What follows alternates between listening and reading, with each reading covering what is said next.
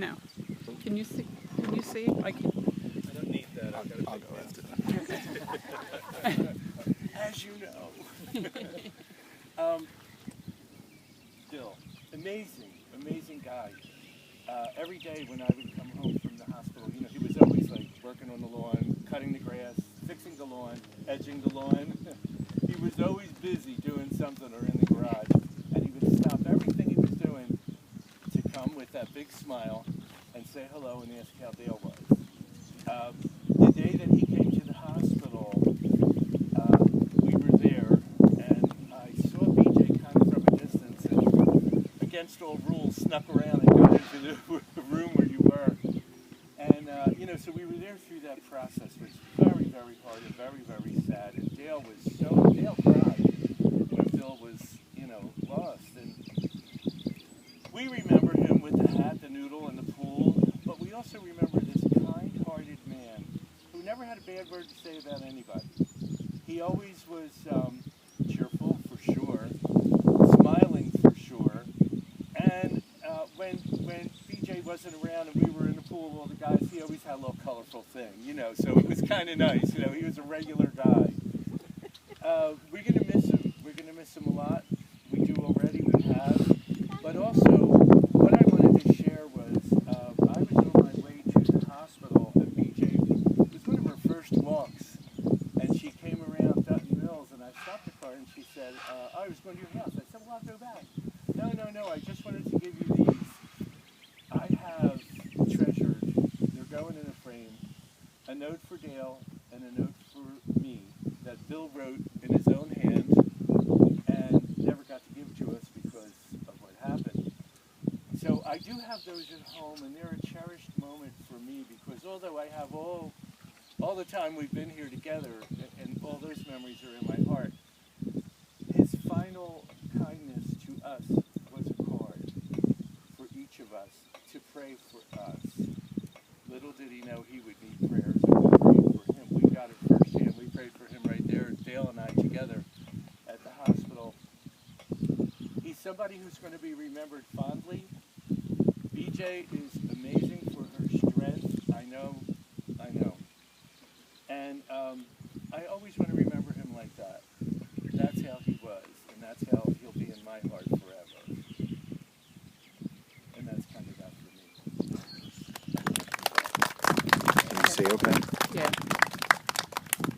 Go ahead. You can go up. Can you hold this, Chris? Because I can't see. Can you see? What do you see? Can you see? You want to take it off? You want to take the mic off? Can everybody hear me okay? Yeah. All right, I'm good.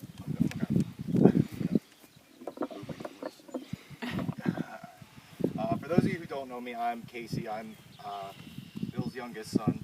I didn't really have anything planned I was going to say today, but I feel like everyone knows how great of a person my father was. And he really just taught everyone, not just me, but my friends, extended family, what it was to be a man in the right way. How to respect somebody, what you're supposed to do on a daily basis. From the janitor to the CEO, you treat everybody exactly the same. Respect. I'm sure everybody here knows that he probably showed that same thing, every single one of you. He would stay outside all night, shoot basketballs with me when we couldn't even see in the street. Took me to every practice or game, even though he just got done working overnight for 12 hours and probably dealt with God knows what.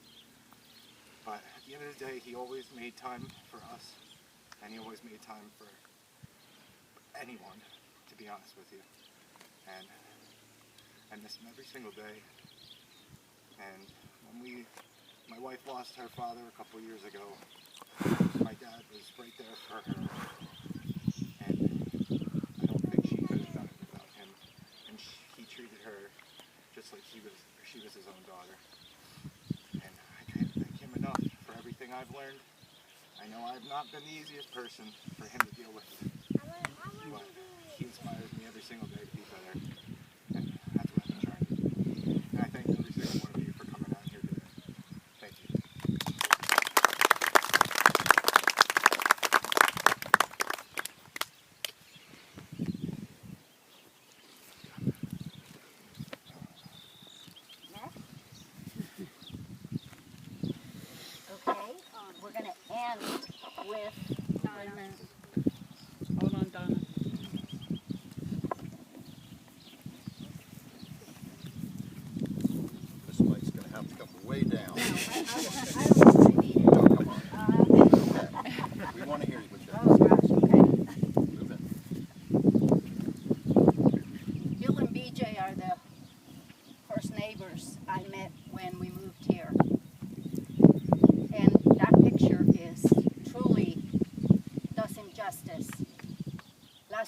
a pretty rough year for a lot of us.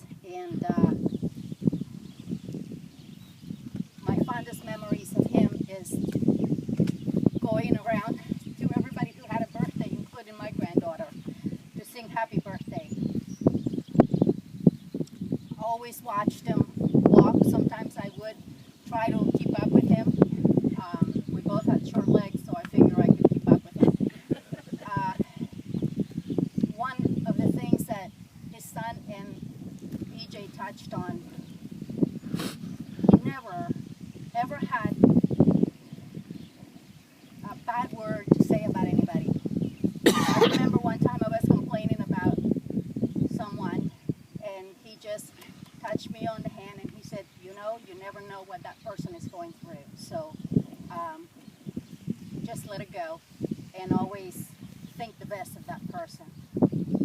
Last time I saw him was at my birthday, August 26th. And we had a great time on the driveway. We were having cake and so forth, and it was nice. And he was always kind to my grandson and my grandchildren, actually. So that's how I will keep him in my memory, as a great neighbor and, best of all, a super friend. Thank you.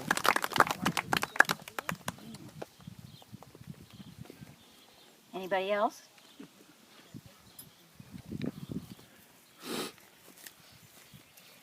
I don't have much to say more than everybody else has said about this wonderful person. I would just like to say I was very glad to keep him in uniform whenever he needed a change of team players.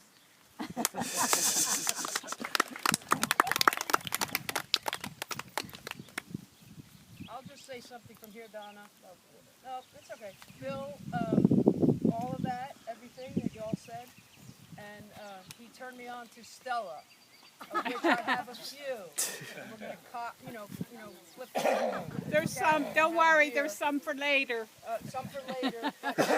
He did that for me, and so, with all my love and gratitude for knowing Bill.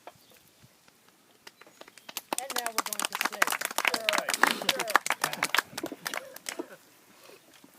I had just a couple of things to say. No. Yes. Most of my wife already said, but I didn't know Bill very well, but I knew him well enough to know what kind of a person he was, and he was amazing. He was sunshine. He walked around. He was one of the icons of the neighborhood. And it's been a tough couple of years losing Bill Sloan and Bill and our beloved President Dale. It's and almost too much to take at times, but I guess we just need to celebrate that we knew them in life, and we have a lot of wonderful memories. And Bill was really a spectacular person and a memorable person, one of those unusual people that, as Donna said, you'll just remember throughout your whole life. He's a real character. We loved him.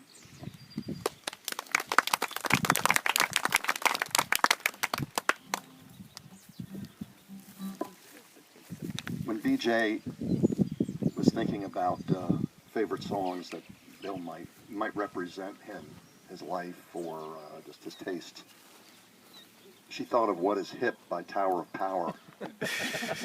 And after, I could not pull that one off. I'm sorry. What is hip? Come on. And yet, this tune was just a little too jaunty to play it as it was written by Paul McCartney, who at that point was probably 30 years old or less and had no clue what he was talking about. So we're going to start this off a little differently.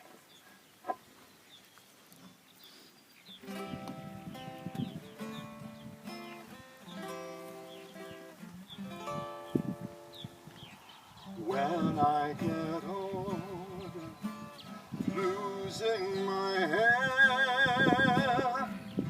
many years from now, will you still be sending me a Valentine? Birthday greetings, bottle of wine.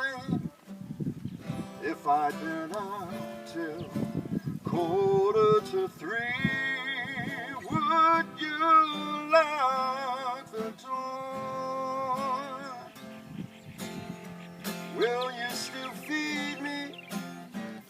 Will you still need me when I'm 64?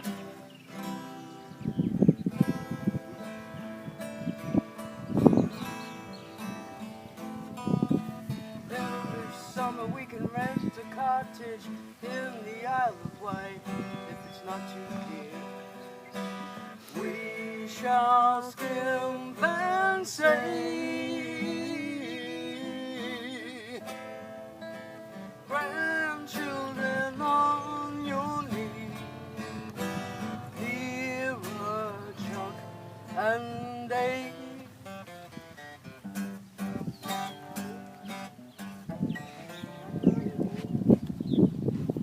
I could be handy mending a fuse when your lights are gone.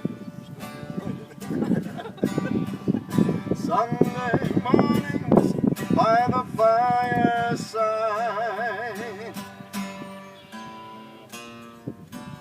go for a ride, doing the garden, digging the weeds. Who could ask for more?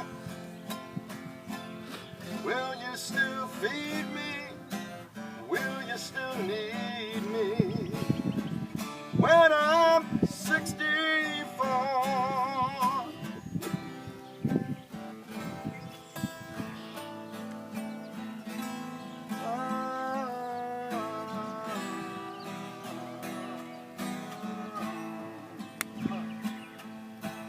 Every summer we can rent a cottage in the Isle of Wight if it's not too dear. We shall skimp and say, grandchildren on your knee, Vera, Chuck, and Dave.